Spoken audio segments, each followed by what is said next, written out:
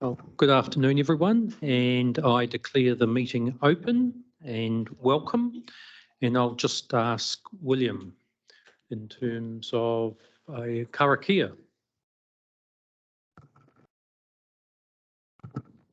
Whakatakata hau ki te uru, whakatakata hau ki te tonga. Kia mā kine ki o tā, kia mā taratara ki tai. E hi ake ana te rata kore hei teo, hei hu huka, hei hu, tai hi Māori ora. Kia ora, William. Thank you. So just before I go any further, I'd like to extend a warm welcome to Anne Shaw, who is sitting around the table and is not on screen. So Anne, really delighted that you're able to join us today. And I used to, when I chaired the Greater Christchurch Partnership, that's when I first worked with Anne. So if you'd just like to perhaps introduce yourself, Anne, your role, and just a wee bit of background. Kia ora everybody, ko Anne Shaw tōku ingoa. I am the Deputy Chief Executive at Tua Papakura Kāinga for Solutions Design and Implementation. So that covers a myriad of things between HUD's big picture strategy like the GPS and Mahi Ka Ora through to delivery. And my job is to kind of translate how we do things and make them real so our delivery colleagues can get on and do them. I do things like how much transitional and public housing do we need and where. I've been talking to Mayor Paula today about emergency housing and what we're doing in Kiriroa, which I know will be dear to many of your hearts as it is to mine, and ensuring we're whānau actually well supported into long-term housing. But as Bill mentioned, I've got a checkered career in the public service, including heading up the Greater Christchurch Recovery Group at DPMC for a number of periods. So, and I do still, actually, I'm back, Bill, at the Greater Christchurch Partnership table after some time. So, yeah, really, really pleased to be here with you all today.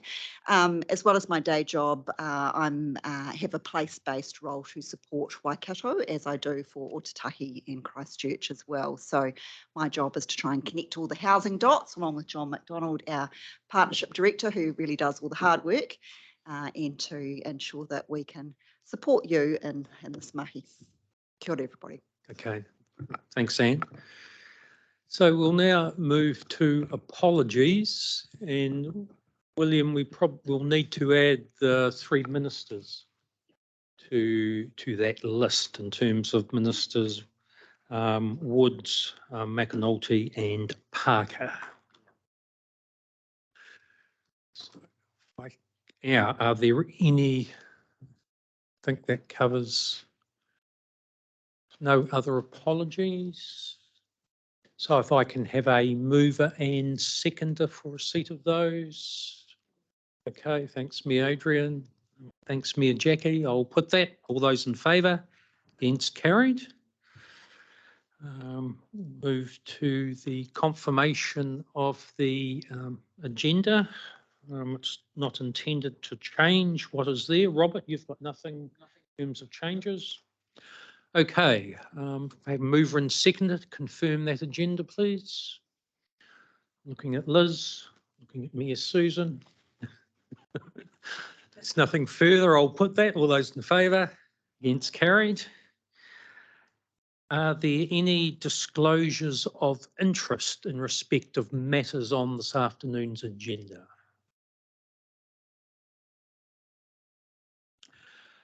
It's not so much in an interest, but certainly in terms of the item on the agenda that talks about the Tauranga to Hamilton corridor, just noting that I'm a member of the Smart Growth Partnership Leadership Group. So just for noting that.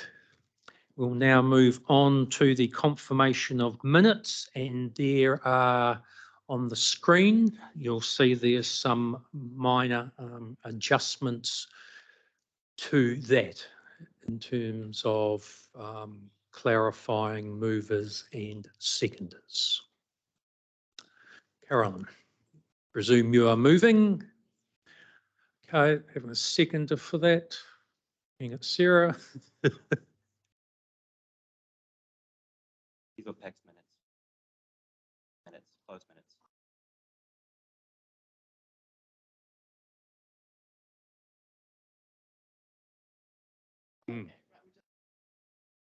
Yes, yeah.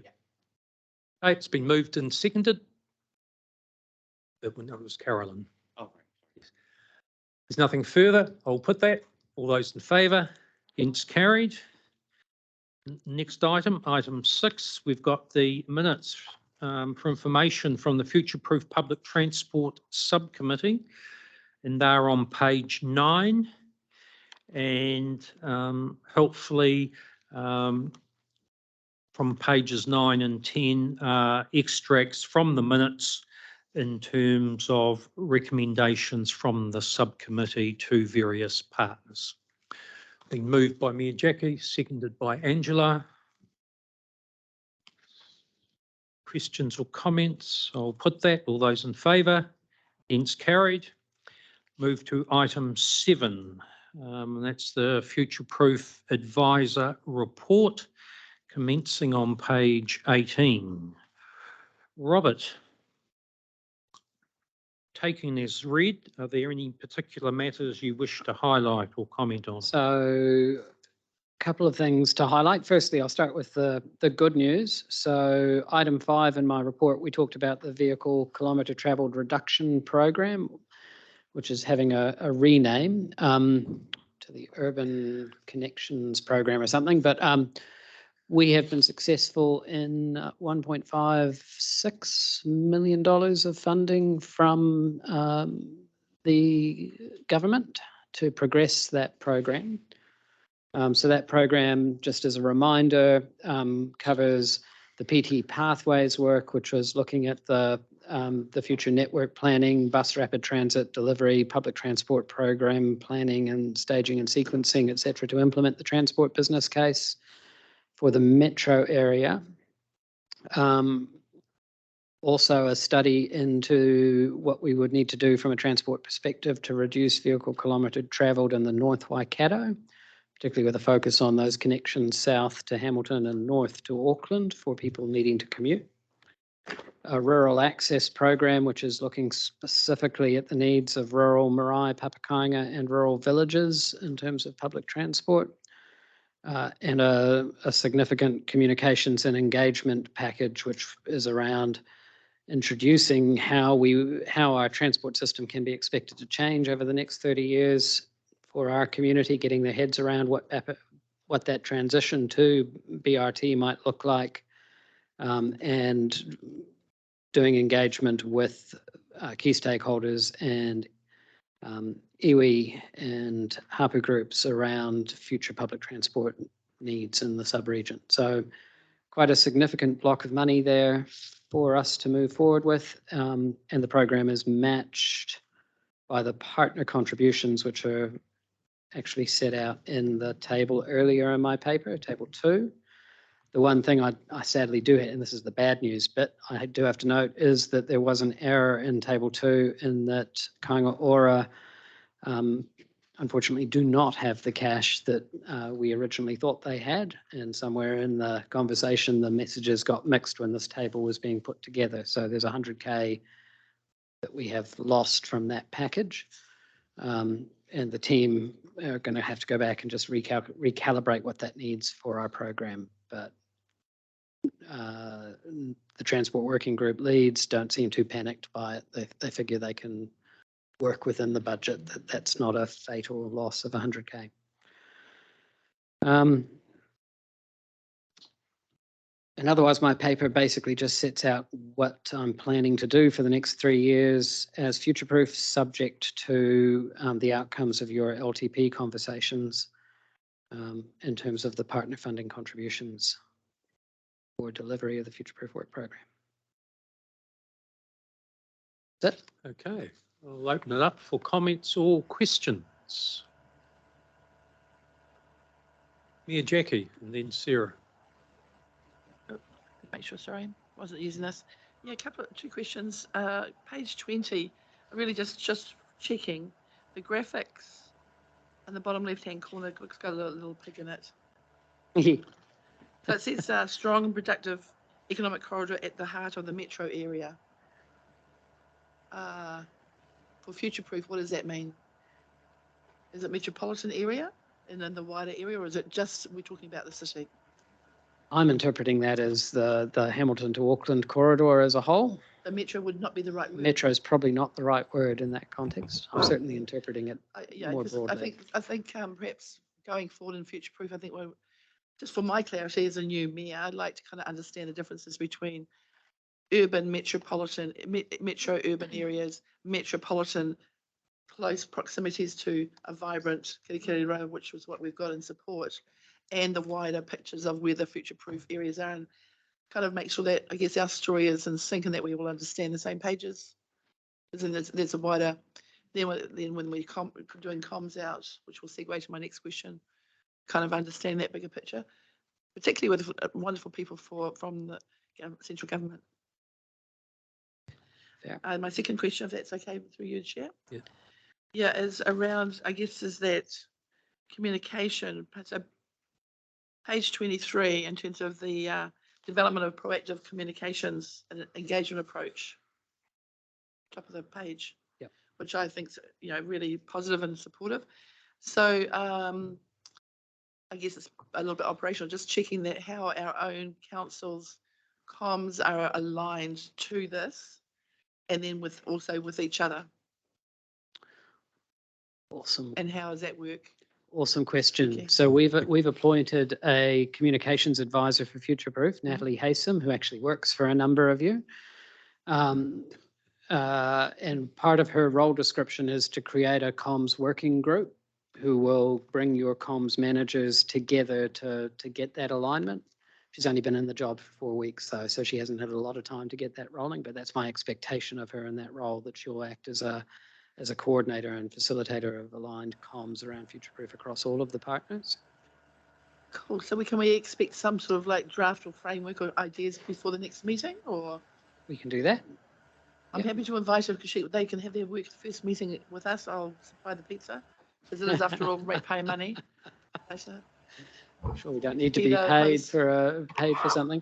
So maybe if I've got in mind that we're going to have to do a workshop in October or November, and I'll get Natalie to come along and talk to the comms plan in October and November, and that will allow us also to talk to the VKT, the big wodge of money that comes through with the VKT reduction program, in terms of what we're thinking on that at the same time. Terrific. Good news. Thank you. Sarah. Thank you. I was wondering, Rob, is it possible to talk through in a little more detail a couple of the items in the 3 or 4 year work program? Particularly since I'm a little newer to this forum, I'm just interested in the future development strategy process, because it looks like we finalize one, then we very quickly start reviewing it again. Can you walk us through that a bit? So as part of the future development strategy is something we have to review every 3 years. Okay. And one of the things, when we publish and adopt the FDS, one of the things we have to adopt is an implementation plan. What I'm expecting that our future development strategy, and we'll get to this in the paper later on, is going to end up saying is there's a whole bunch of additional work we need to do in the next 3 years to come up with a revised future development plan to respond to what the data is telling us. So those studies are things that kind of fill in the gaps in the information that we have at the moment, because we're finding there's a bunch of evidence we haven't got that would to justify changes to our settlement pattern. So the implementation plan will say, look at those 3 areas that I've identified, do more work, come back and tell us how to change the FDS in 3 years. Okay. And it may not be quite in scope here, so if there's somewhere else in the meeting to discuss it, I'm happy to wait. But I was just interested in population assumptions. Like I think, are we using Nydia High currently? That's what we've got. And I suppose the issue, my concern around population assumptions generally is that a lot of our growth is being driven by immigration. And if you look at those projections, they kind of assume possibly like a drop in the levels of immigration compared to what we're seeing right now. And I mean, you can't predict through a model what politics is going to deliver. How could we have a more thorough conversation through this forum around population growth, not only the amount of growth we may see depending on, you know, things like immigration settings, but also the demographic spread and how that could be changing? We certainly can. I don't know if any of the technical team want to kind of talk about where we're at with Nydia High. I know we had some work done that affirmed that they were still, even with the COVID changes and migration, that the numbers hadn't actually dropped away that much. But Mark, I can see you're up on your legs. I think it's hopefully an easy question. Look, the projections are long run projections, so that in any given year or period of time, you're going to get fluctuations largely around those immigration settings. But what we've seen historically is that the trends or projections are generally pretty reliable, and we generally track quite close to those. So. Okay. Mark, is that looking over like a 30-year period that you've? Yeah, I think they go out to about 2070 at the moment. Yeah. Yeah. Okay. But Thank certainly you.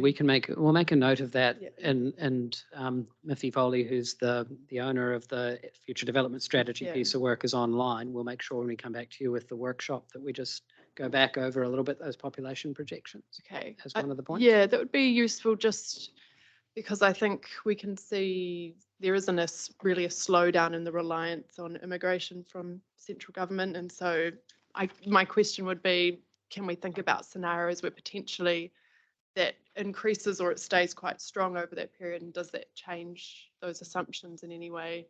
You know, acknowledging that right now, you know, it is a long-term view and things. Well, through you, Chair, I think we'll touch on this maybe later in terms of some of the HBA results, but I think that's the key thrust of the NPS in terms of responsive planning. Yeah. You know, for example, in an industrial space, we're seeing a lot of spillover from Auckland and the Bay, which is, you know, largely sort of we didn't anticipate, and that, you know, a range of economic factors contributed to that.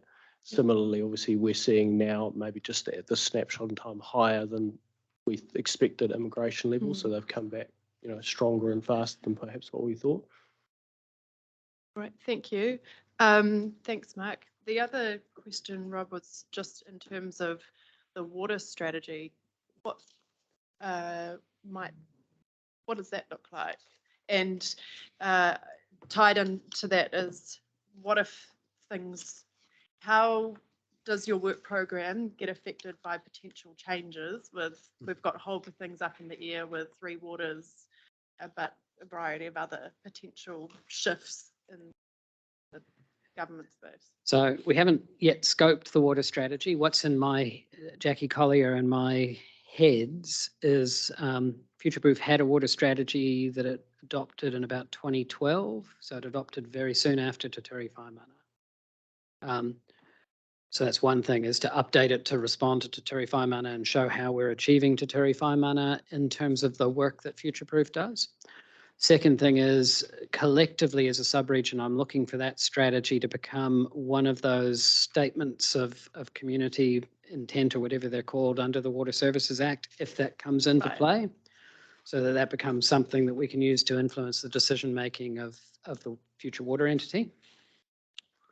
And there's a third piece of work within the scope of that I want to get into, which is Future-Proof's made quite a lot of the blue-green network side of the strategy, but we haven't really delved into what is the blue-green network for the sub-region look like, and what are the things we would need to do to achieve that blue-green network. So reflecting on a recent tour I did to Australia, they've done some pretty neat work there with identification of their strategic blue-green network around their major cities, and how they target development contributions and mitigation from resource consents into achieving environmental enhancement that's really significant at scale, rather than our current process, which is iterative and bit by bit. So I think there's some stuff to play in that space as well.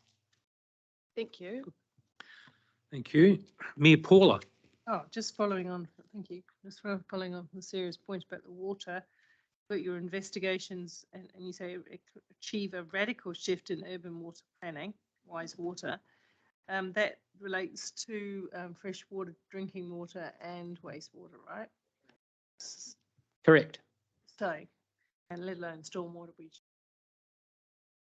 So there's three parts to that, isn't there, around how water is used? Because at the moment we do a lot of planning around treatment of water, whether it's treatment to drink or treatment to dispose. We don't do very much in the stormwater space at the moment. Per capita, do we have the recent data? Because I mean, I know per capita we're a lot more thirsty than.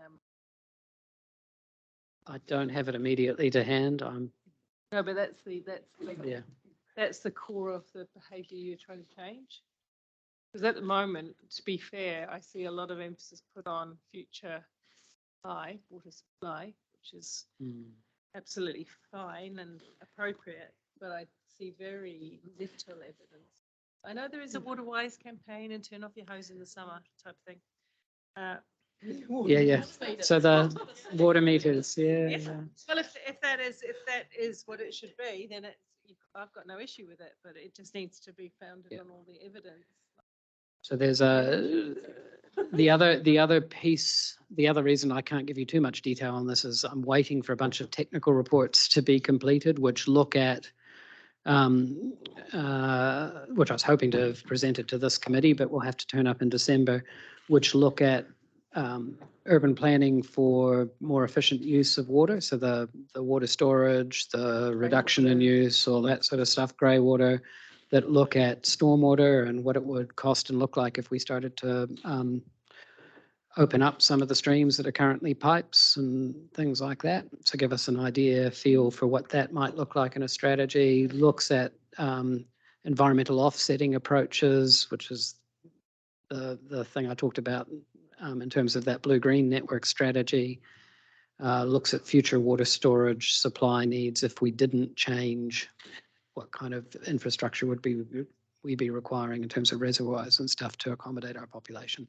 There's a whole body of technical work that is underway and should be completed any day now, and I'd hope to bring to the December FPIC or one shortly thereafter, which would the strategy would respond to. So in respect to the soft measures that have been underway for at least a decade, if I have to bring, but if are we seeing any reduction in the way that people use water or any greater understanding of the community? You might in Waipa because you've got meters. You've got meters. I mean, look, there's no doubt that the introduction Liz, can you just pull your microphone Yeah. closer? Sorry. There's no doubt that the water meter introduction into Waipa has significantly improved. We knew that before we put water meters into Cambridge and Te Awamutu because we already had them in Ohaupo and Pirongia. So we already knew what the savings were going to be. And look, that's just continued on. But I guess I'm looking at this piece of work and I guess, you know, we've already done it. We're continuing, we've got, you know, obviously other staff continuing to work in the space in terms of other opportunities that we've got to save more water.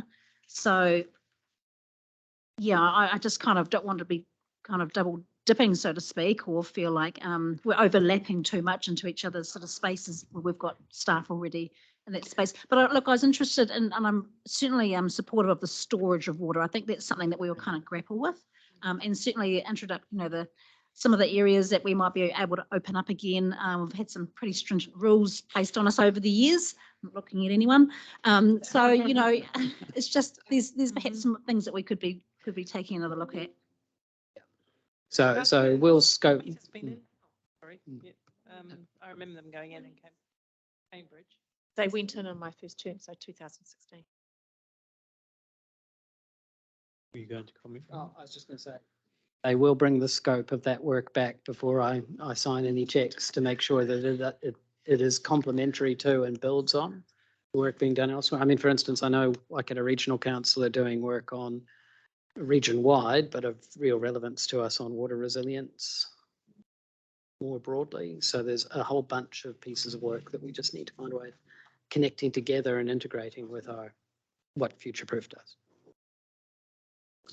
Mayor Jackie, I just love this water. can you just pull your microphone a bit closer, thanks? I just love this water conversation.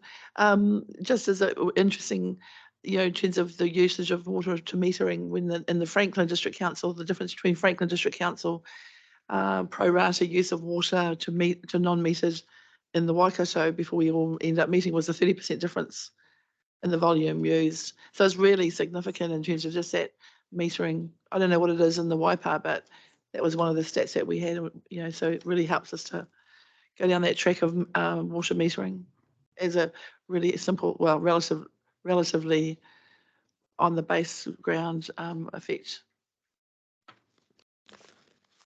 Any further questions or comments in terms of Robert's report? If there are not, there are two recommendations: to receive the report and to endorse in principle the work program. Angela's moved, second for that. Chair Pamela. There's nothing further. I'll put that. All those in favour? Against? Carried. Now move to item 8, and that's related to the proposal for a hearings committee. Robert. So we're being proactive in anticipation of FDS being adopted at your next meeting. And the more of the administrative stuff we can get out of the way now, the better. So our proposition here is to establish a future-proof hearings subcommittee. In terms of reference, very similar to the one that heard the strategy less than 18 months ago. There's nothing much else to say to that, really. I think it's only David and I on that original hearings committee.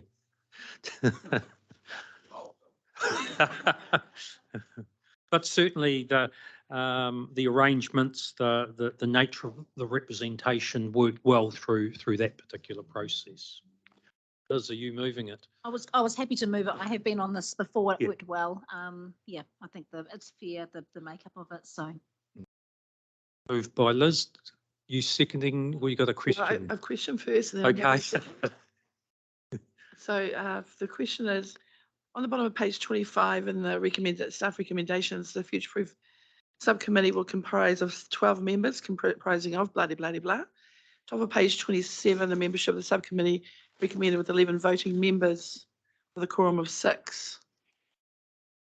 Is it 12 or 11, or have I miscounted the voting person? Non-voting, yeah.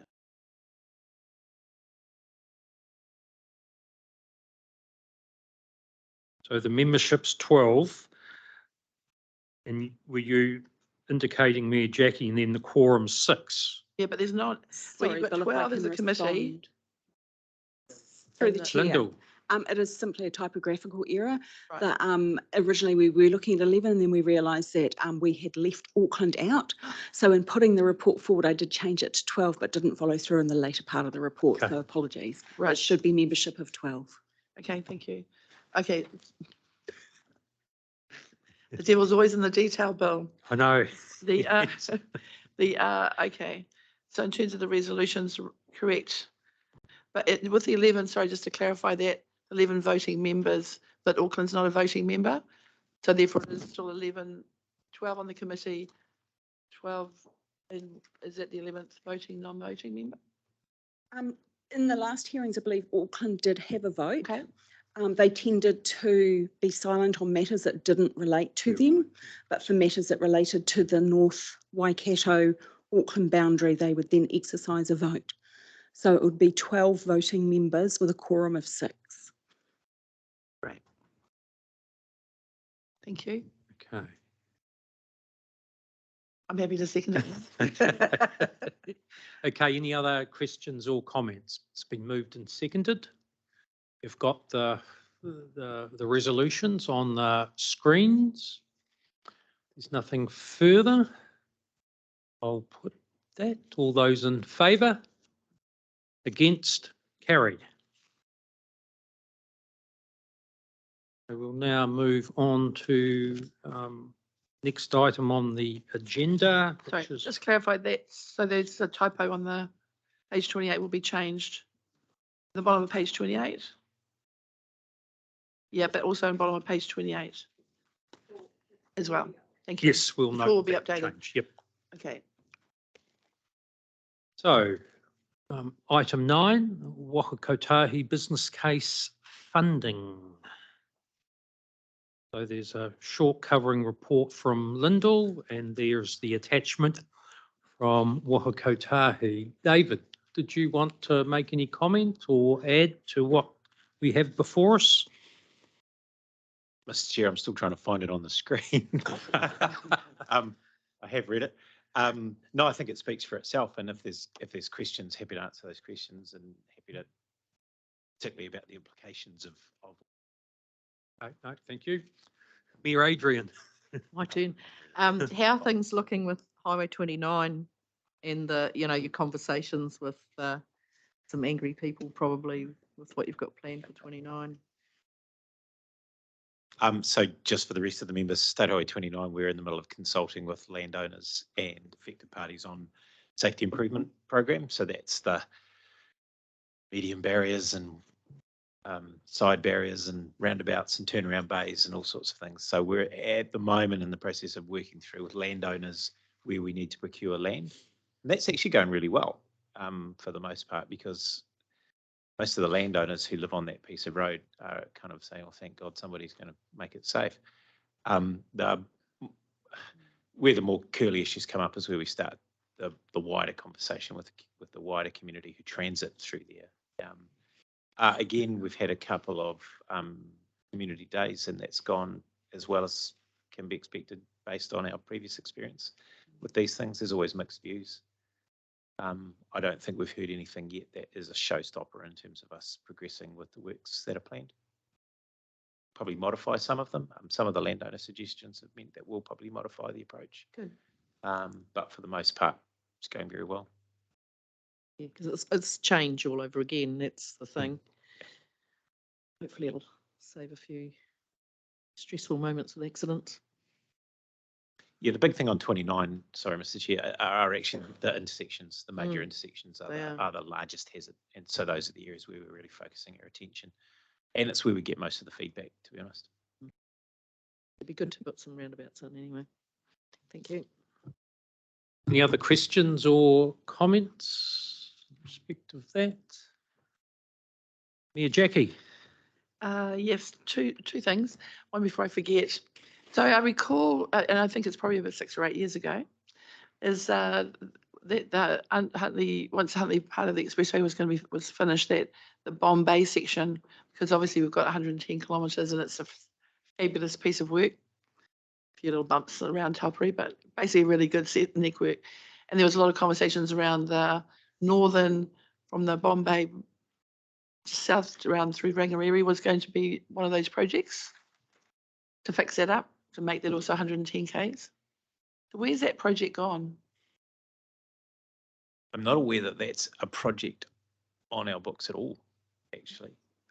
One of the challenges, so the reason the 110 stops where it does at the moment is in order to be deemed safe for 110 speed limit, there's a whole lot of things that have to be in place, and one of them is no at-grade intersections. And of course, in that section, we have got lots of at-grade intersections. So that would require a huge investment of infrastructure to bring that up. So yeah, and it's not currently on our plans at all. Okay, that's good. Yep, we'll play in that field. Sorry, through the chair. The other one is around the business case principles. The funding request over $2 million for the National Land Transport Fund. I don't know. So $2 million seems really teeny tiny. Might buy me a couple of potholes and a little bit of revocation. And it seems just a very low bar. I just wondered how often that cost was reevaluated. Because otherwise, if it's $2 million and over, it's going to be a business case. But in terms of the escalation of costs and the amount of time, effort, and costs that goes into then doing a business case for anything above a budget line, And in terms of the delegations and budgets that we all handle in the space of roading and you handle in terms of Waka Kotahi, it seems teeny tiny and not fit for purpose in terms of actually getting things done in a fast and economic and proactive way. So just how does it come to $2 million? How often is it reviewed? And how do we move that dial? So it's literally just been reviewed. We've just finished a business case review, or less than 6 months ago. The thing that fell out of that was this idea of a program business case. $2 million is a default indicator of complexity.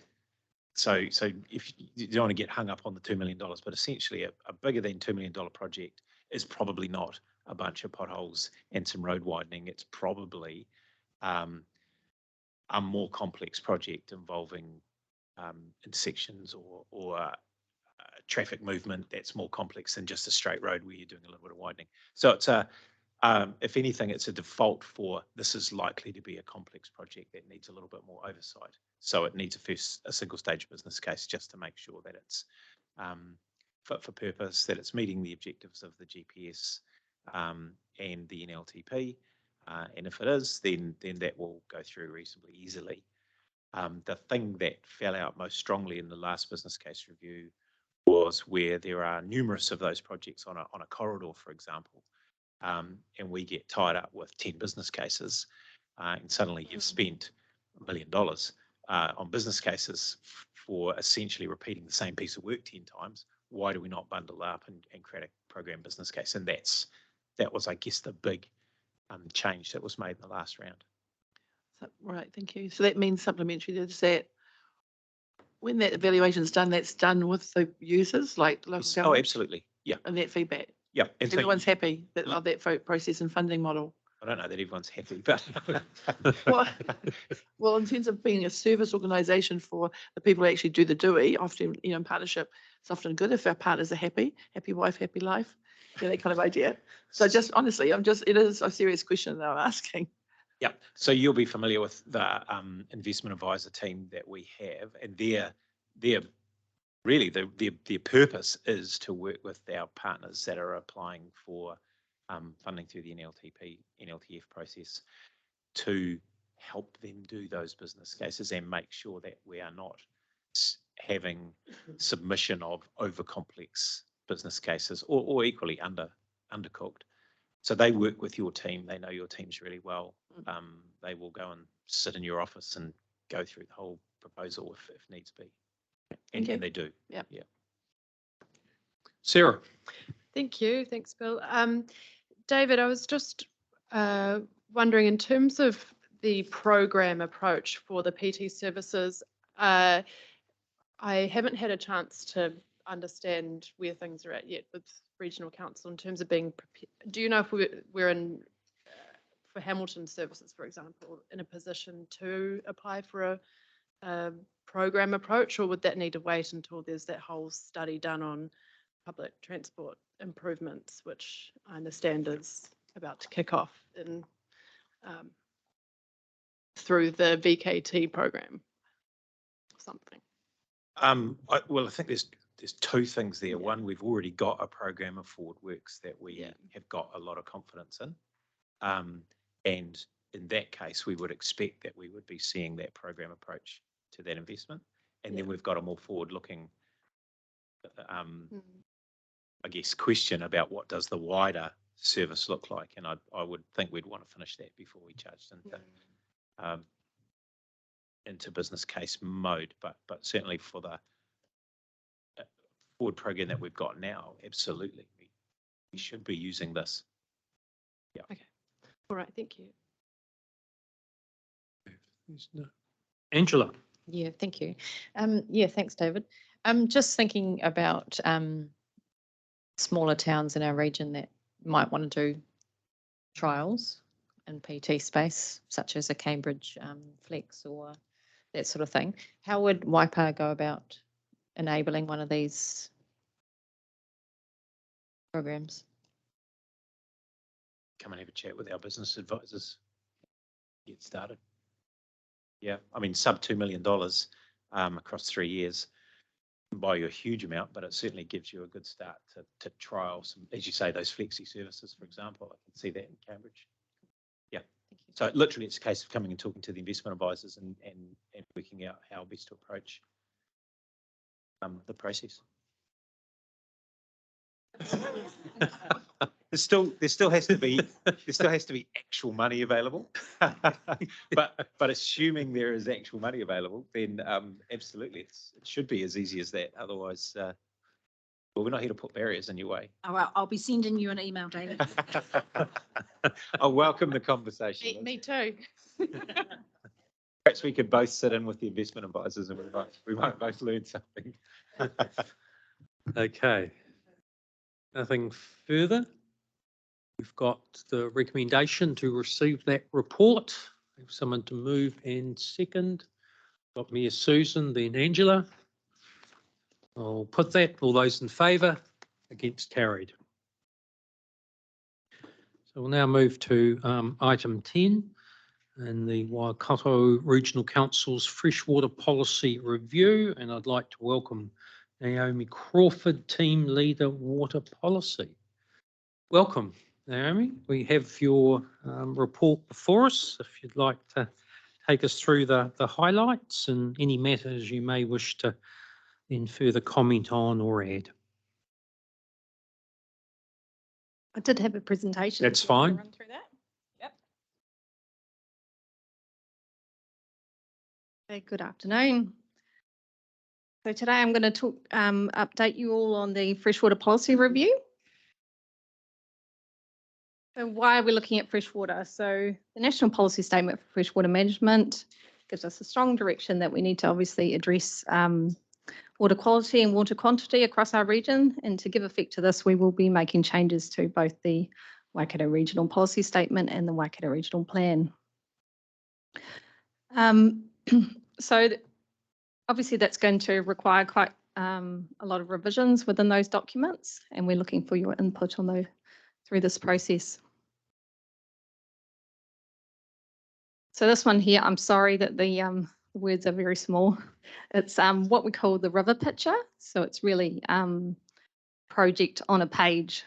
So you can see through there that we're sort of a few years deep into this project. So last year we did what's called round 1 community engagement. So we went out, we've got several umbrellas of engagement. So we've got tangata whenua engagement, we've got community engagement, and we've got sector engagement. And what we did last year is we talked to our communities and asked them about, firstly, we went out and talked to them about freshwater management units, which I'm going to show you in a couple more slides. We also talked to them about freshwater values. What are the what's important to people in our region? And we also asked them about what is the science telling us about the state of our environment. We asked them about the effectiveness of the current regional plan and what's working, etc. And we also asked them about ideas that they may have about making improvements to freshwater. And this year what we've done is we've also gone out to talk to the community just over this last 12 weeks, between the period of the end of May to August, and also done another physical face-to-face round of engagement, talking to our communities now about the draft Te Mana o Te Wai objective that we've outlined for the region. Also some long-term vision statements, which I'm going to talk to you in a little bit later, around aspirations about what people want to achieve over time. So it's important to remember that we're working towards a notification period of the end of next year. So yeah.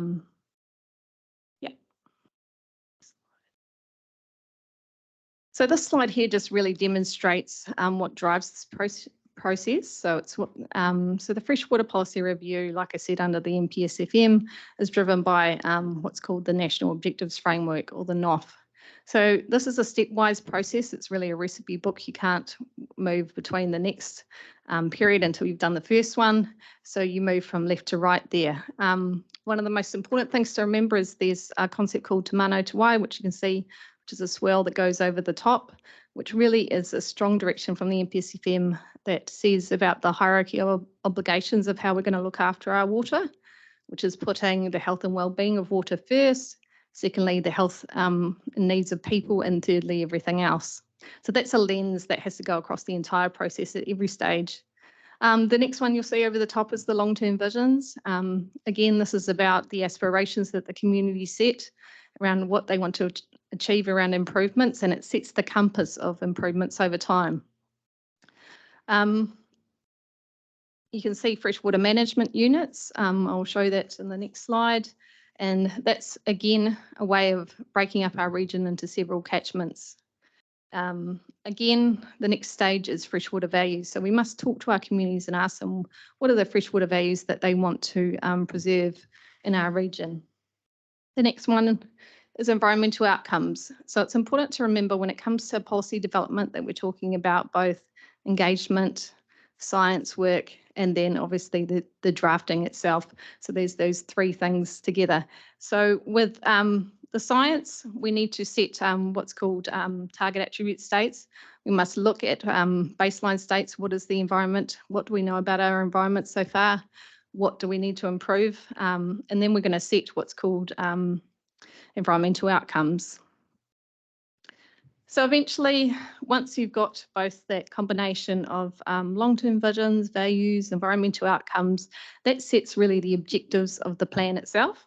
And then eventually these lead on to what's called limits, rules and actions, and actually rules in a plan.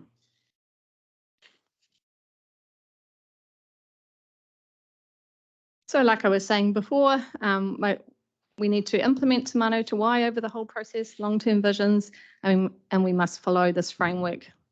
And we need to also consider other, obviously, key legislation and treaty settlement processes as well.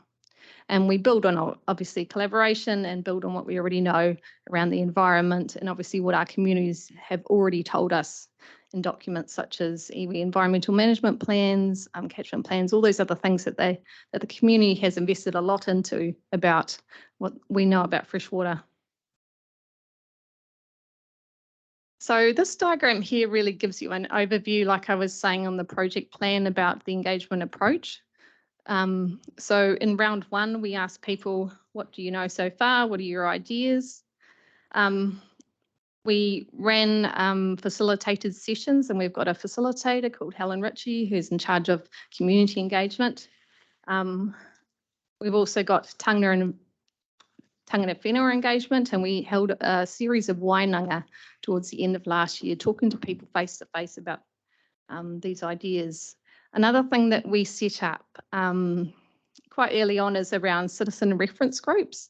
So we set citizen reference groups for our region, and this was an EIO process that we went through last year, where we've set up members that represent certain catchments across our region.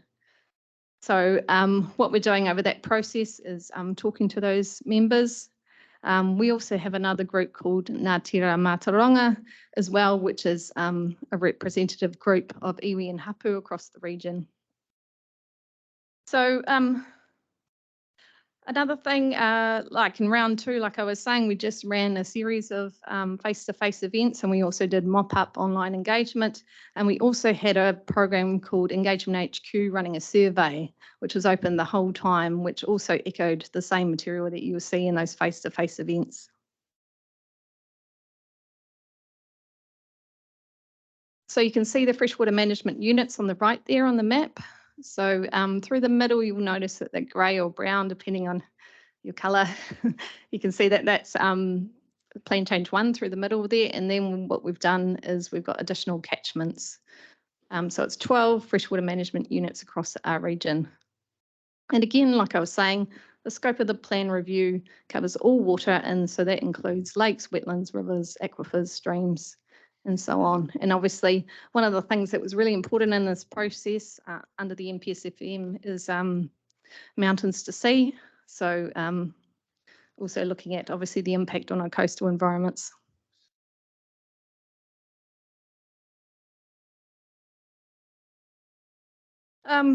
So another thing to remember is obviously we will be upholding our treaty obligations. We know that Te Tori Whaimana obviously holds precedence above even the MPSFM and the RMA itself. And it already captures, the aspirations of tangata whenua and communities for the Waikato and Waipa catchments. You also note there it says about Plan Change 1, obviously seeking to improve water quality and giving effect to the vision and strategy. Other settlements and agreements to note is obviously have particular regard to Kaipapa Kaitiaki, obviously the catchment plan for Lake Taupo, and also the Pariharaki settlement, which is establishing entities of co-governance and oversight, and eventually it will develop visions and strategies for the management of the Waihao, Piako and Coromandel. So again, we know that there's a lot of overlapping processes at the moment, and ideally we would like all these processes to line up, but sometimes they don't. But we're seeking to, obviously, at every opportunity, aligning our consultation with discussions with tangata whenua in our communities.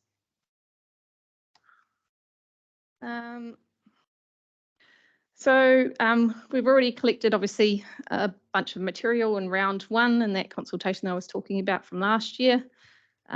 That's also publicly available on our website. And we've also we've got a report for the Wainanga engagement that we've done, also publicly available.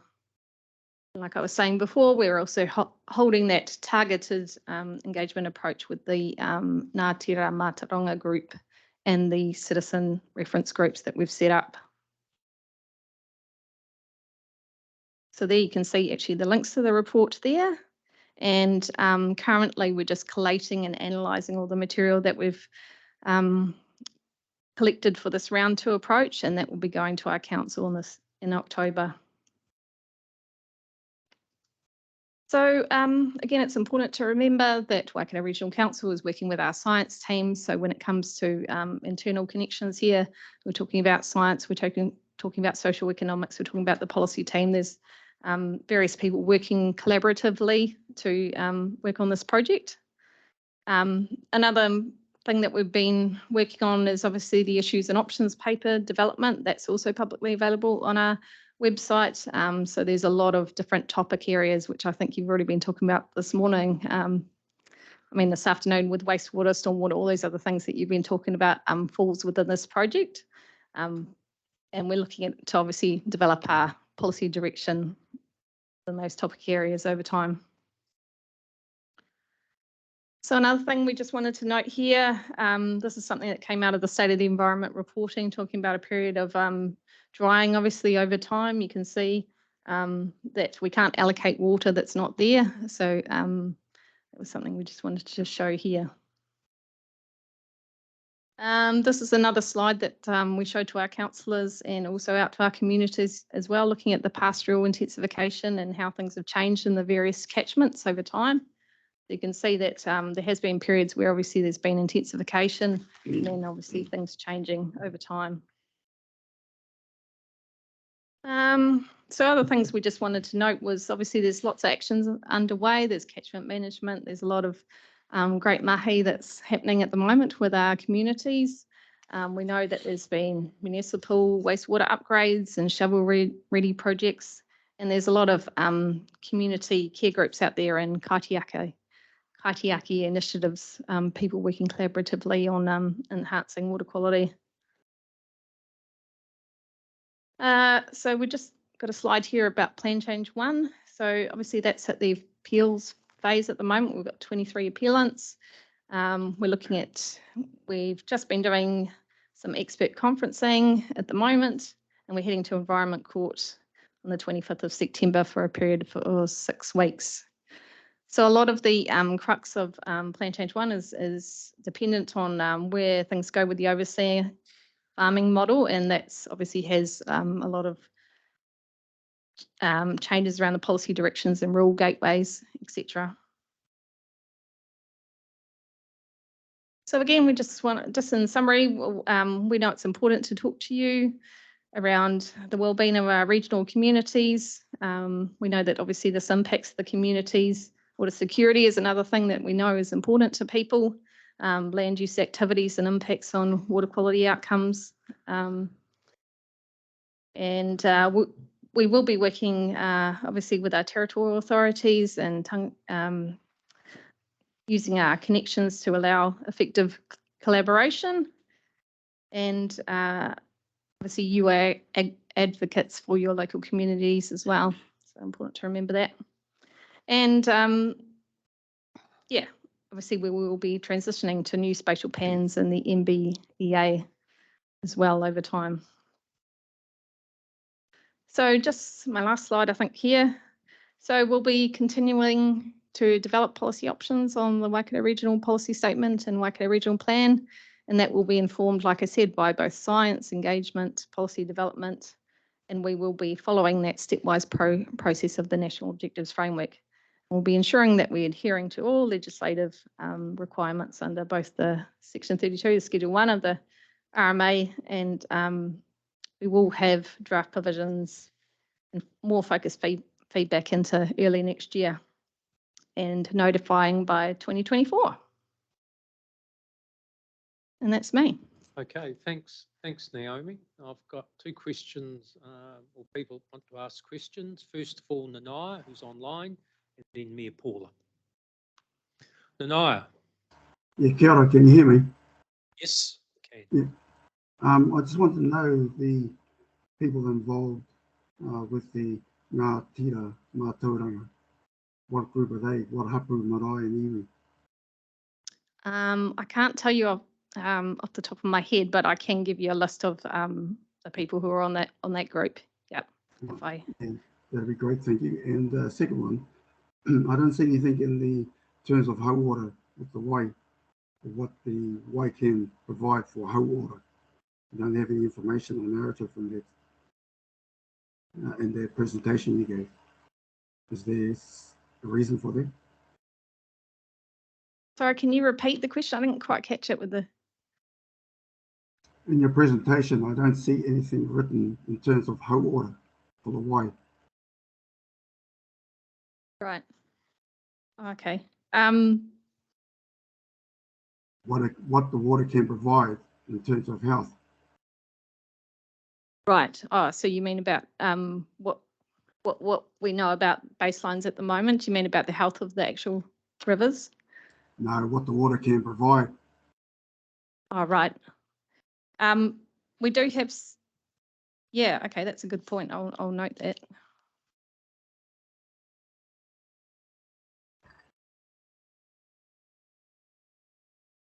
Yeah, I look forward to seeing that group of people. Thank you.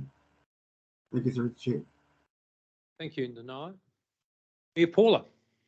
Thank you. Just Can you just pull your oh, microphone up a bit, please? because I'm very quiet. Just in terms of timing of this, many of us have got, water. You said you can't allocate what you haven't got. I agree with you. You can't, so that's an issue to consider going forward. But some of us have got long allocation timelines across. I'm not actually sure exactly how long our water allocation timeline goes for, but beyond that deadline anyway.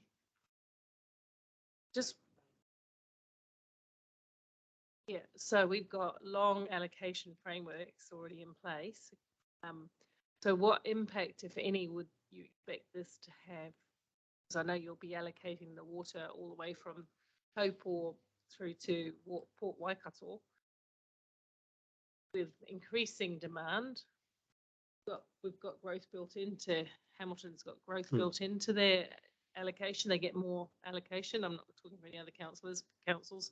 So do you expect this to have any impact on the existing consents, or will this be something that shapes the way but won't necessarily impact until the consent comes up for renewal, which is 20, 30, 40, whatever it was you said? Yes, this will definitely have impact on the consenting regime, obviously going forward once the plan is depending on. Yeah, but so that will affect mostly new users in the short term, new applications, because existing applications, what ability have you got to review those, if any? I'm not saying you should, but I get what you mean. Yeah.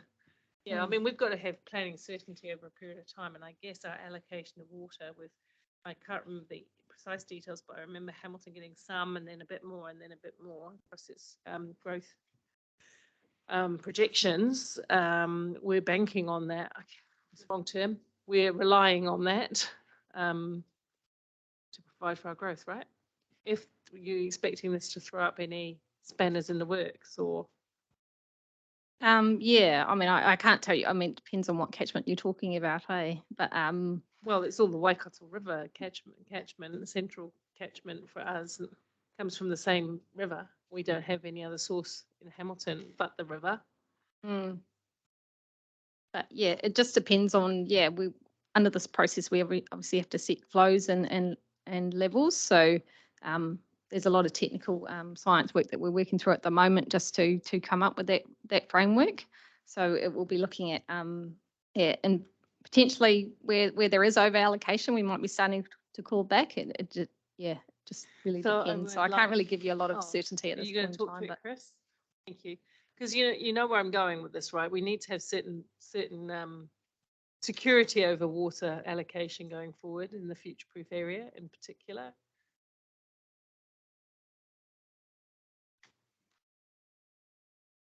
Without being a technical expert in the freshwater policy review right now, obviously this is responding to the national policy statement's requirement to review and make sure things stay within allocation. So it will depend on what the status looks like going forward. But one of the things that we've got to do is in setting consents with restricted timelines going forward is so that you can actually look and make, at the future, who's getting water and what it's being used for. And it's going to be different to the first in, first served from the past. So these types of discussions are going to come up and will need to be addressed in the policy review itself. Yes, I'm just wondering about what mechanisms, if any, you have to affect current consented water allocation. I understand if you take water from the river, well, I understand this stuff actually. I won't go there, but I'm talking about growth projections lining up with water allocation. Demand. Yeah. We projected demand, right? Across, Mark's nodding, so I'm not too wrong. Yes, and what's the most efficient use of it and whatever. But the other thing that's going to be occurring is the government's got under the changes to the in the new Act, I should say. It's not in the NPS, but in the new Act, they're putting up a freshwater allocation group, which is going to have a look at how that's worked, to make some decisions going forward. Is it working in the right way? So our policy review will need to have a consideration of how we take that into account, including growth. But there's also wider forces going on that are going to be having input into it as well. Yeah, I agree. So I guess we need to have really good oversight about that because, if we haven't used some allocation because of timing and growth, for example, do we lose the allocation? It goes into the pot for someone else. I guess we need to and we've got a 30-year infrastructure pipeline, not a 10-year. So I guess we want to have some certainty about what we can deliver. And it's in future-proof's best interest. Well, we're here for future-proof, not for regional council. Apologies. At the moment, we're here for future-proof. So we're trying to protect the interests of this sub-regional growth node of New Zealand. Yeah. My final comment, if I can, through Mr. Chair. The spatial strategies that we need to work on going forward to have a think of the long-term planning, the long-term infrastructure needs and those requirements are also going to be a really important part of it.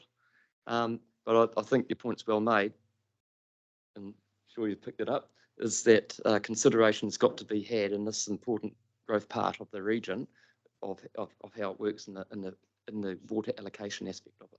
No surprises in terms of this would be good. Thank you. Okay, thank you. I've got Mayor Adrian, then Caroline, and then Nanaya in that order. Thanks, Chair. Mine heads into the wastewater side of things. Obviously conscious there's a few wastewater plants that are actually being planned at the moment, and obviously Matamata Piako has been doing some work there with resource consents rolling off. And when are we going to know the exact precise requirements and limits around that point source discharge, around what's allowed and what's not? Like best practice is, like how close to best practice, like they're just with planning, obviously, for new wastewater plants, because the cost of doing them is massive. And just trying to see what certainty you can provide around that, thanks. The next stage of engagement, we'll be looking at those words on our page, if that's where you're obviously looking at, what will the plan actually start to look like? And obviously what will the, what are those limits that we're going to have to achieve around that? So into next year, you're going to see more of that information so that you can sort of guide obviously your processes around planning, etc. But it does come down to those environmental bottom lines. What do we want to, what is the community set around, and because we must, maintain or improve, that's what the MPSFM tells us to do. Yeah. Just to add to, is that 2024 is it's not set in stone then, is it? It's later than that that'll be yeah, notified. It will be notified in 2024. Yes, that's right. Yeah. Sorry, until then. If I could just add, it's got to be notified by the end of 2024. The other thought that comes to mind is Taumata Arawai, who also might put in place wastewater standards. Yeah. And so they're going to have to marry up somehow. Yeah, that's going to be interesting, isn't it? Because again, it's the cost of us as representing our ratepayers to provide these facilities. And just that compliance is going to be pretty. Thank you. Caroline. Thank you, and thank you for the report. A similar question to the vein of what Mayor Paula raised, but in as far as water for use for emergency purposes as well. Is that going to be affected? And obviously brought into this, I get in terms of those like consenting, we're still going to have that capacity for firefighting.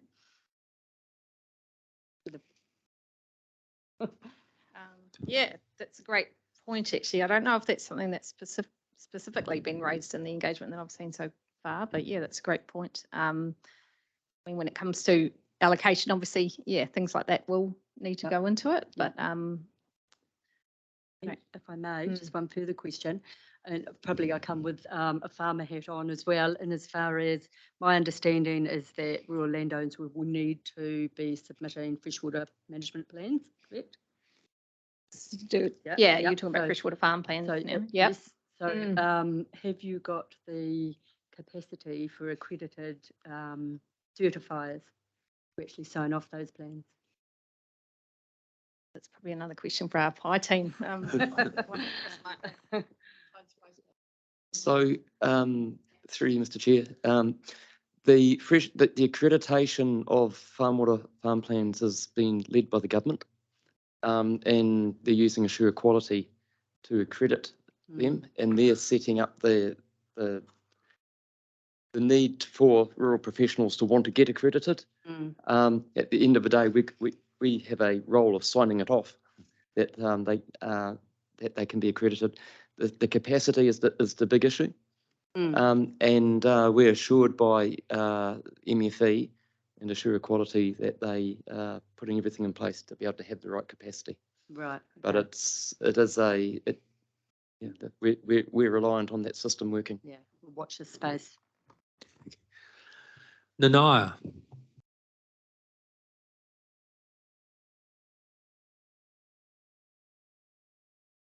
You there, Nanaya? Can you hear me now? Yes, we can. In the presentation, you mentioned about consulting with tangata whenua. I don't see anything written pertaining to Te Puaha or Waikato. Did you consult with anyone in that area, given that the mouth of the river is impacted the most in terms of contamination anywhere else than anywhere else along the river?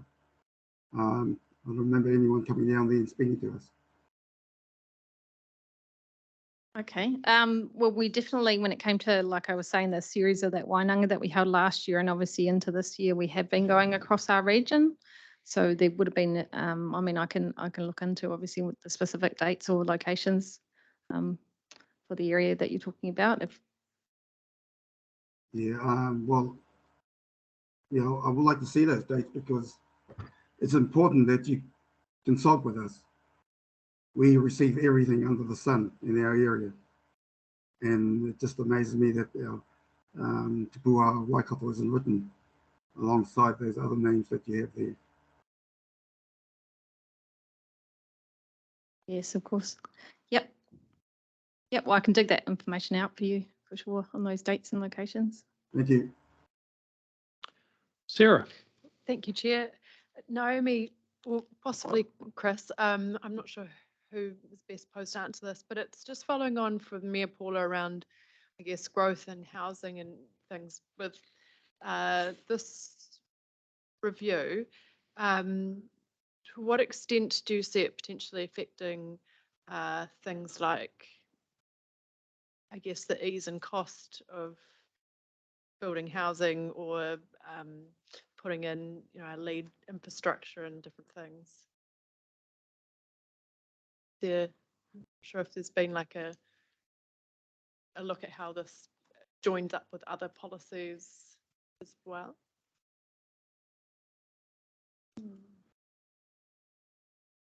Well, one of the key actions, obviously, as part of the freshwater policy review, we'll be looking at the cost and benefit analysis in the section 32. So, yeah, when you're talking about, obviously, different legislation and certain outcomes, obviously, for social, both monetary and social outcomes, that there may be some dialogue around that, obviously, for some of those, in relation to housing. But yeah, I'm not sure at this stage. Obviously, we're quite early in the process, so can't really comment. Okay, thank you. Okay. No further. Mayor Jackie. Thank you, through the chair. Really interesting report. Thank you. I'd like a copy of those slides if we could send those around. That would be helpful. Sure. Yep. Yeah, Thank you. yeah. Well, it's good reference and that you're summarising a lot of detail, a lot of work that you've gone into. So I appreciate that. Yes, I guess it's yeah, Paula, you've piqued my thought processes a little bit around there's assumptions, because without water, or whether it's potable water or at the other end wastewater, we don't have growth or economic development or prosperity at all. Because it stops until we have those things in place. So I guess the ramifications of what you're doing are increasingly important as we realise that these are scarce resources. So I guess in that framework, if that's okay, really interested in smaller parts of that in terms of, are you going to be looking at the rural sector in terms of their, private properties, containment of water and or tank, that sort of ideas around water, or is it just the environmental streams, rivers, wetlands kind of thing? Well, it comes back to any impacts to water, and obviously receiving environments, so it will include, things like, drinking water, etc., wastewater, and that will include, urban, rural environments. That was your question. I guess I can sort of see those in here. So I think some people might not have engaged, not realising it would actually impact them. I mean, there's a bigger fish to fry, but no pun intended. But I think that there's that rural sector has got a big part. So in terms of allocations, when we're talking on this, how far is the strategy going out? Because what I'm concerned about, I guess, is my understanding with mana whenua, who will be planning out 5 generations, 100 to 150 years. And when they're coming to the tables and talking to us about things like water, health of the awa, the needs and wants, and as Naya said about the attributes and the properties that are special about the awa.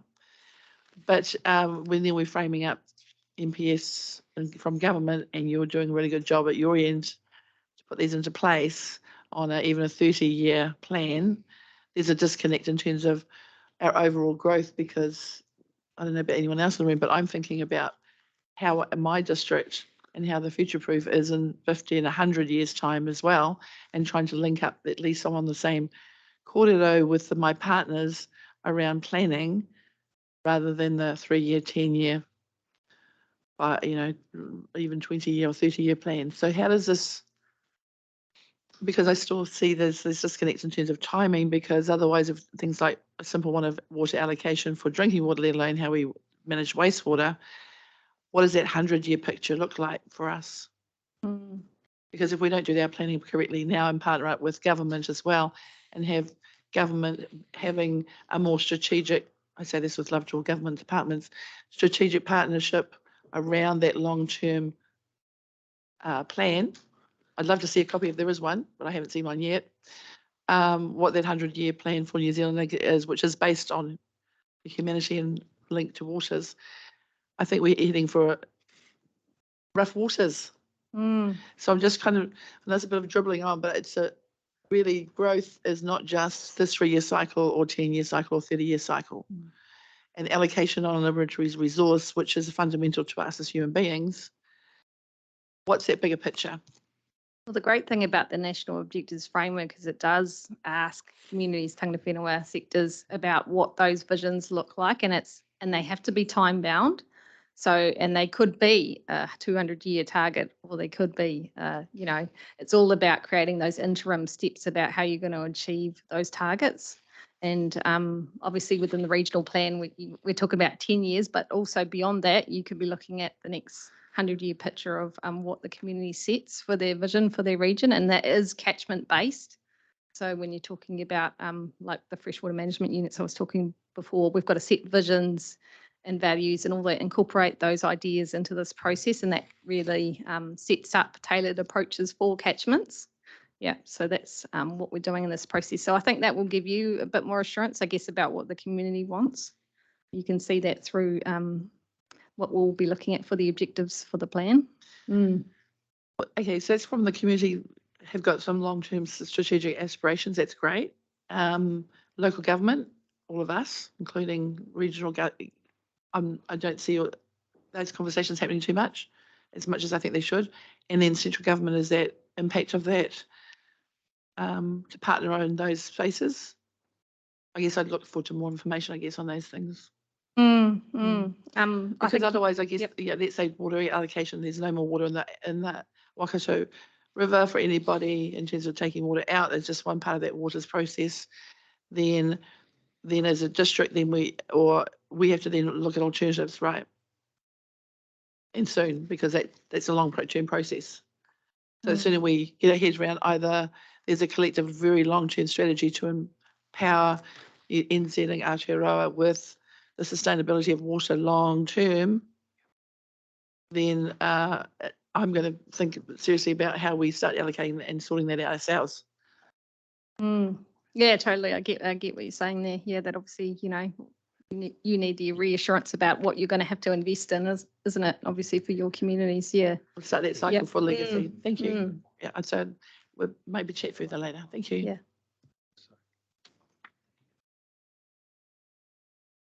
Okay. There's no further questions or comments. I've just asked, given the discussion and the nature of questions on this matter, suggesting that there be an additional recommendation. And William's trying to read my writing, which is not always easy. The gist of it is, why he's doing that is to request the implementation advisor to report back to FPIC on the implications of the freshwater plan change in respect of the future-proof sub-region. I think just leaving it reasonably broad, but just trying to pick up the nature of some of the issues, concerns and questions that have been.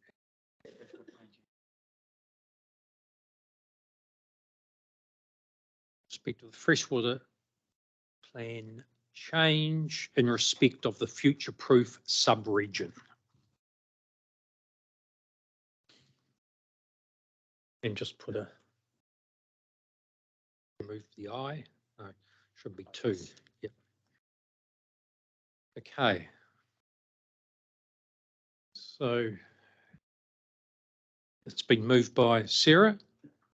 Just a question. Caroline. May I ask if there would be any conflict by Chair Story in respect of this motion?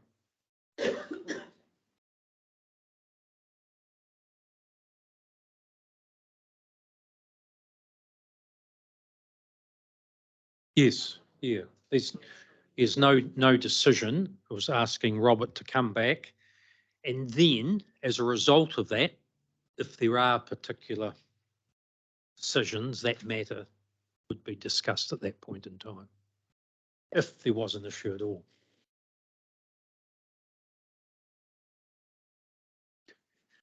Yes, And I suppose it wouldn't just be me as the chair of regional council that would be conflicted. It would be all members of FPLA that are associated with the regional council, but I agree that I don't think that it's based in this motion. Yeah, at this stage, information request. So it's been moved by Sarah. Do I have a seconder for that? Caroline? Nothing further. I will put that. All those in favour? Against? Carried. Right, sorry, my bad. Thanks very much, Naomi. And just assume that you will respond in terms of those matters that Nanai had requested in terms of that further information. Yeah, sure. Thank you. Okay. Thanks very much. So we're now to the next item, which is a resolution to go into public excluded and to exclude the public, which is on page 41 of the agenda. Okay, moved by Mayor Paula, seconded by Sarah. There's nothing further. I'll put that. All those in favour? Against? Carried. We just need to pause for a moment to in terms of the recording.